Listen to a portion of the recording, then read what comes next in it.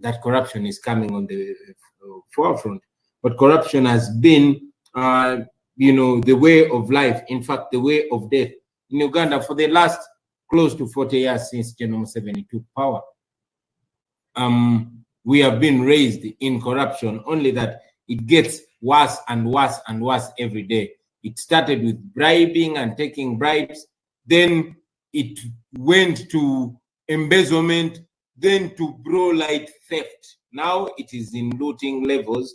It's all brought by the sense of impunity, the idea of zero accountability to anybody. That's, beginning from the moral corruption, where leaders behave in whatever way they want, to political corruption, where you find people get votes being stolen, elections being rigged with impunity, people being shot and dead, unarmed civilians protesting, giving or taking bribes by the most respected people, including religious leaders. So this has been a way of life, although, of course, under General Museveni, scandals have become much worse. You won't mention a month that went scandal-free, not only in Parliament, everywhere. I'm only glad that the intellectuals of now are rising up. As a matter of fact, when I was in the ghetto somewhere talking to ghetto youths, they were, indifferent, wondering whether the elite of this world have only woken up to the corruption that is ongoing, not only the looting of public funds in Parliament or in other public offices, but even the moral corruption, a situation where people are picked, taken, and they disappear. And common people have always had the feeling of fighting and struggling alone. I'm only glad that eventually it's touching everywhere, and eventually people are rising up, especially young people, especially landed people, people on X here, on Twitter, educated people, knowledgeable people. And I'm even glad that it's cutting across. It is tribeless, it is partyless, and of course it's genderless and ageless. I'm very glad to be here, and I hope to have this interactive, hear from you, and also share my views. Thank you very much for having me.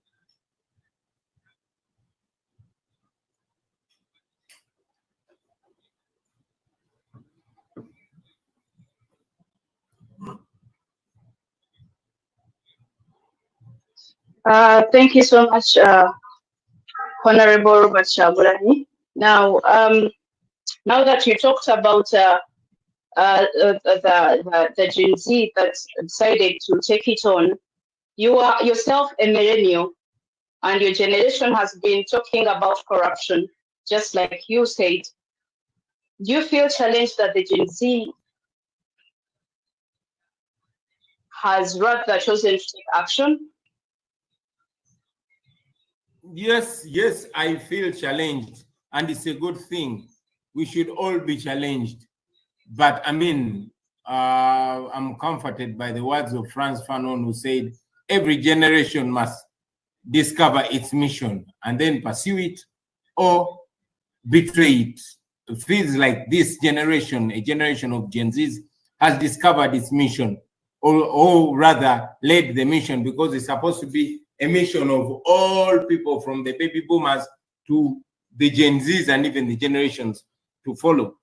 It's a challenge that the younger people have taken it a notch higher to action.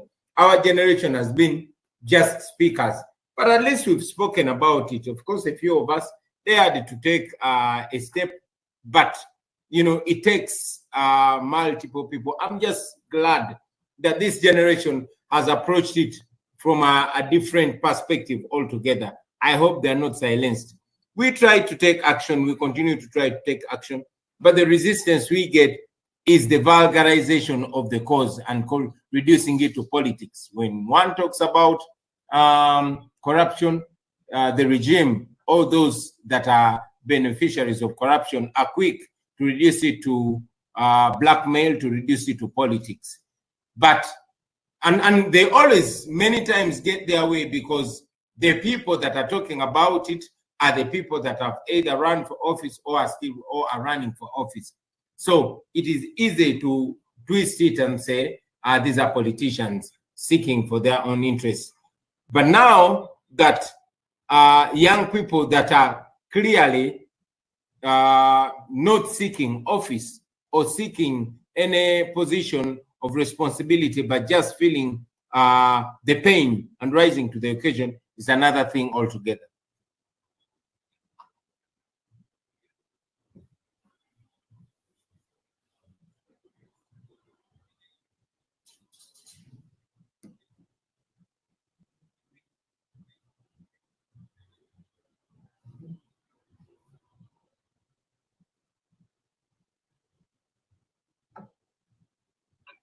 All right.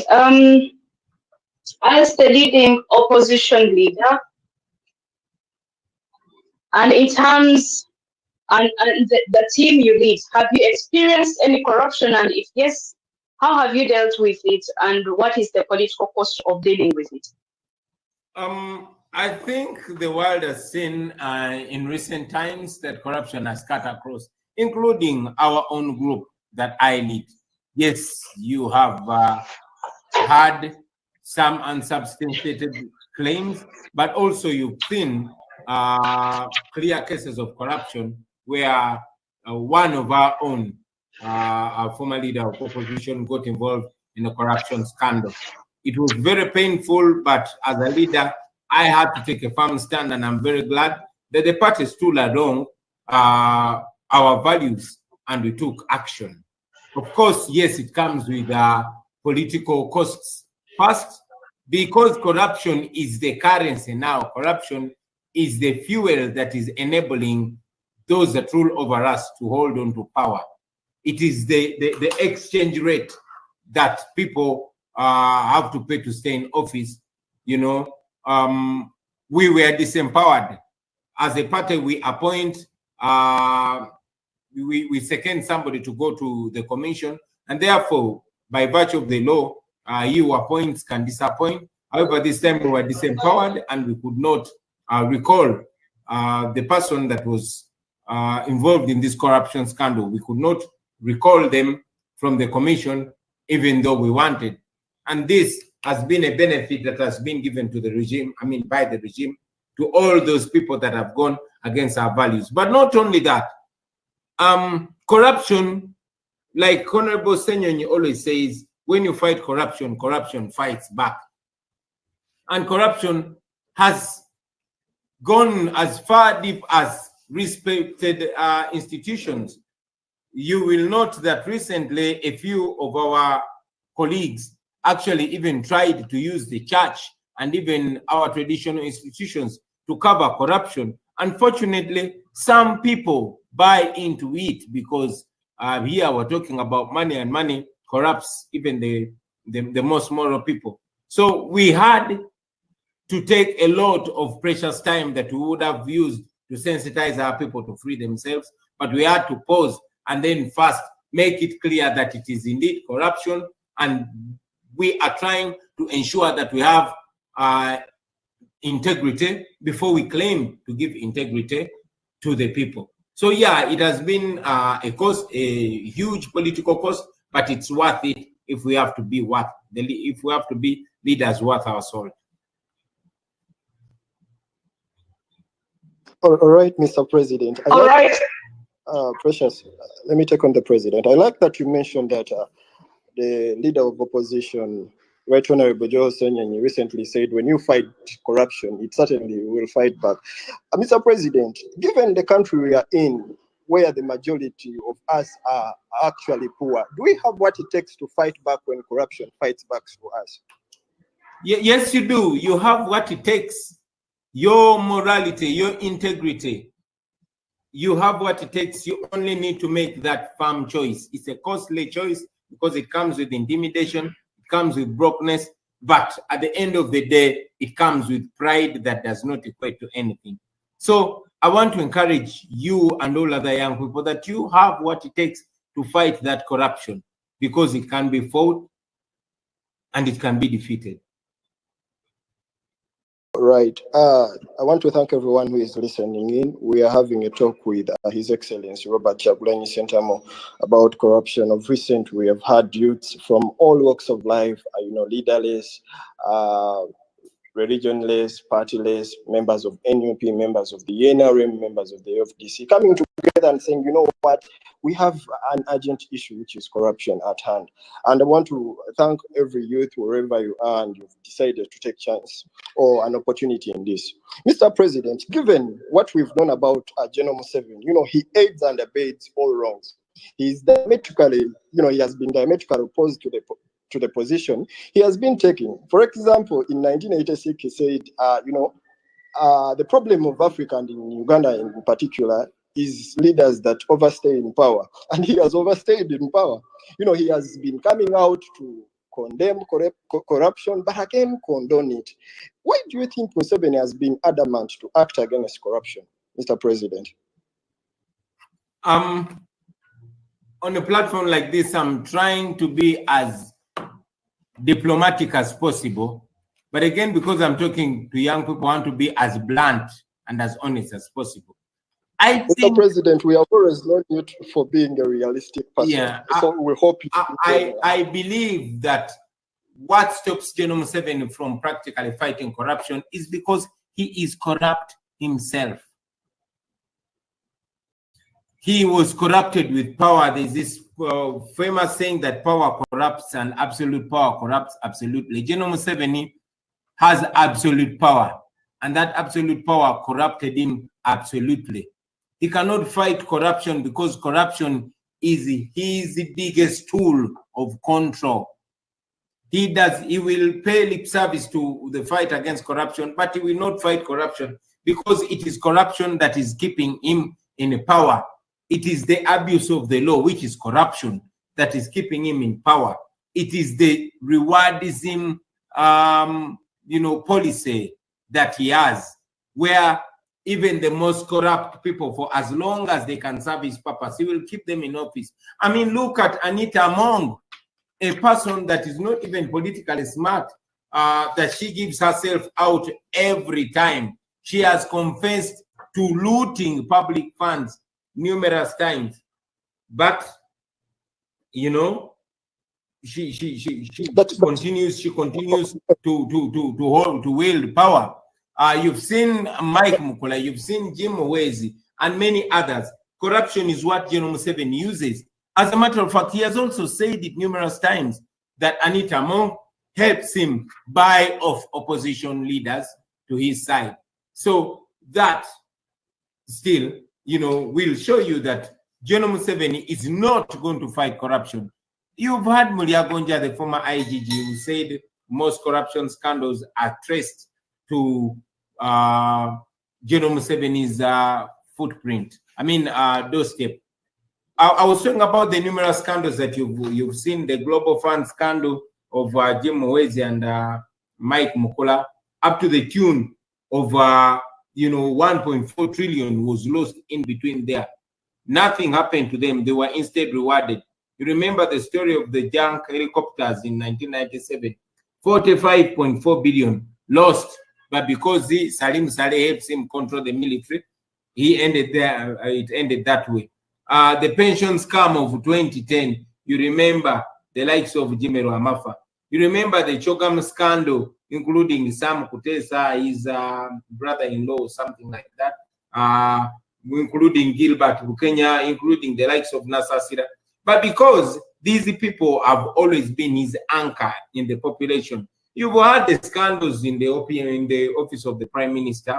You've had the Valley Dam scandal. You've had NSSF Temangalo scandal. You've had scandal after scandal.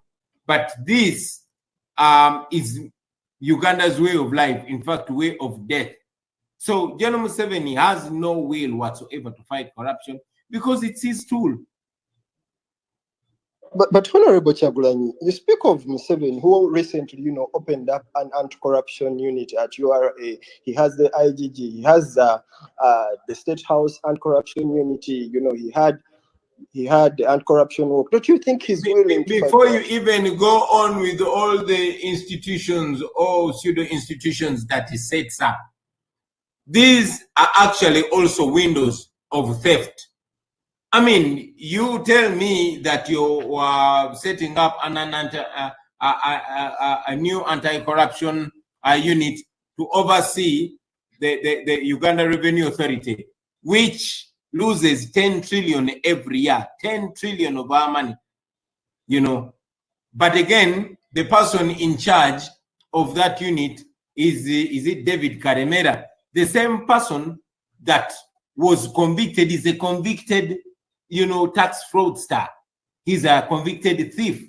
But now you appoint a thief to ensure that nobody steals. It is a joke. It is an absolute joke. I think Mr. Museveni is playing the game of set a thief to catch a thief. President Bobiwine, please speak about the cynicism from some influential people about the fight against corruption. You see, you're throwing about words extravagantly. For example, you're calling them influential. They don't influence us. They don't influence us because we no longer follow them. Yes, there's been a lot of cynicism, and that is guilt talk. That is guilt talk from these corrupt members of parliament, corrupt leaders, including religious and traditional leaders. They know the truth, but because they are corrupt, and you see the corrupt people always know which kind of engine to grease. So they keep fueling that engine. No wonder corrupt people will steal money and go build the churches. Today, a church was being launched by Thomas Kaebwa, the same person who is under question. So you won't fail to hoodwink a few people. Radio presenters, TV presenters, so-called analysts, those armchair analysts, they will speak very good English, quote very smart laws in defense of corruption. Of course, ultimately, it fails that they have to deploy brute force to protect corruption. But all that cynicism is meant to do what young people these days call, I'm trying to look.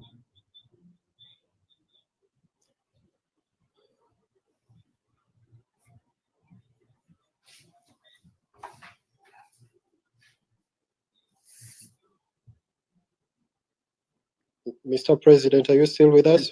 Hello, can you hear me very well? Yes, Mr. President. Yes, I was saying that the people that are trying to be cynical are trying to do what the young people of these days call gaslighting. They're trying to make the people that are speaking up against corruption have a false sense of wrongness. They're trying to make them believe that they actually don't understand what they're talking about. That is the level of intellectual dishonesty that is being employed to defend corruption. Trying to victimize the victim. Okay, Mr. President, you know, we've read comments where people say that someone that has been caught red-handed in corruption should deserve death penalties or should be jailed for this long. Some are so extreme to the extreme, some are too lenient, too weak. Mr. President, help us understand, what is NUP's policy about corruption or on corruption? NUP's policy, like most political parties, I really don't want to talk about what we write or what we say. I want to talk about what we do. Of course, I will tell you that we have a zero tolerance policy to corruption, but that will only be words until we act on it. The NRM and all other political parties speak, you know, very morally until it's time to act. For us, we don't only speak about it, but we act with the little power that we have. And if we are to get more power, then you will see what moral people use power for. Of course, moral actions. Thank you, President. We want to thank every Ugandan out there that is listening to us. We're still taking on His Excellency Robert Kyagulanyi Ssentamu. We say the legitimate president of Uganda. We're talking about, Uganda's corruption scourge. Mr. President, please help us understand what is keeping us away the informal sector from the corruption peaceful protests. And what is the division? What causes the division in perspective of class? People look at corruption differently. Thank you very much. That's a very, very important question. I hope we have some ghetto people on here as well. What is keeping away the Juakari, the informal sector, the ghetto people, the Kabayas of this world, the Edimutwes of this world? What is keeping them away? You see, we live in a society that is only uniting. And I'm very glad that's one victory of our generation, bringing together a generation, different tribes, different mentalities,